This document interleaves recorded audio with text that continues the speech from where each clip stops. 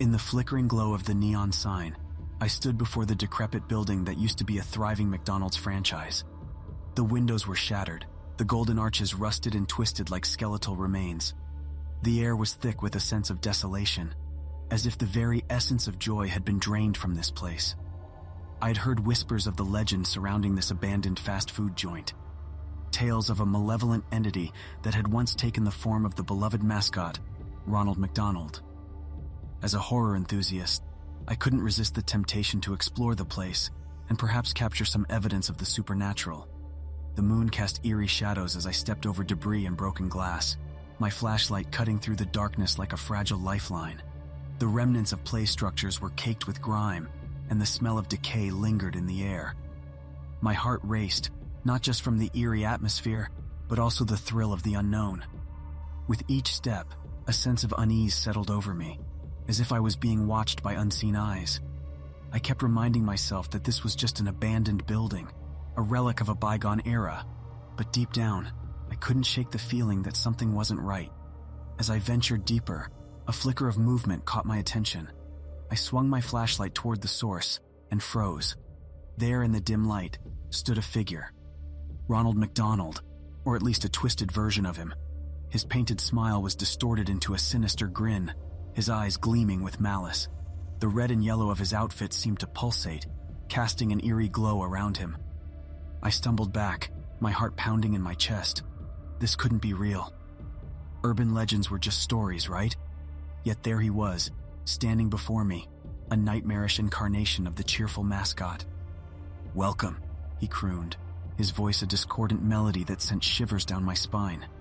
"I've been waiting for someone like you." My voice caught in my throat, and I managed a weak, "Who are you?" His grin widened, revealing jagged teeth that gleamed in the darkness. "I am the laughter that turned to madness, the joy that became despair. I am the embodiment of every childhood fear." I wanted to run, to flee from this nightmarish apparition, but my feet felt like they were glued to the floor. His gaze held me captive, a puppet in his sinister performance. "You seek the truth, do you not?" he mused, circling me like a predator assessing its prey. "The truth about what happened here, about the darkness that lingers." I nodded, unable to tear my eyes away from him. It was as if he was pulling my thoughts directly from my mind. "Very well," he hissed, his grin contorting into a snarl. "I'll show you the truth." In an instant, the air around me seemed to shift, and the dilapidated restaurant transformed. The walls were vibrant and alive, the play area filled with laughter and joy. But amid the laughter, I heard cries of distress, pleas for help that were drowned out by the cacophony.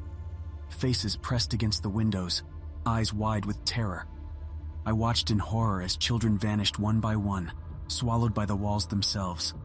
The once cheerful mascot stood at the center of it all, his laughter a twisted symphony of agony. And then, just as suddenly as it had begun, the scene shifted back to the decaying ruins before me. "Every laugh, every smile, it all feeds me," he whispered, his voice a chilling melody. "I thrive on their fear, on their pain."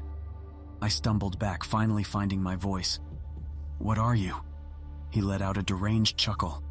"I am the darkness they buried, the nightmare they forgot.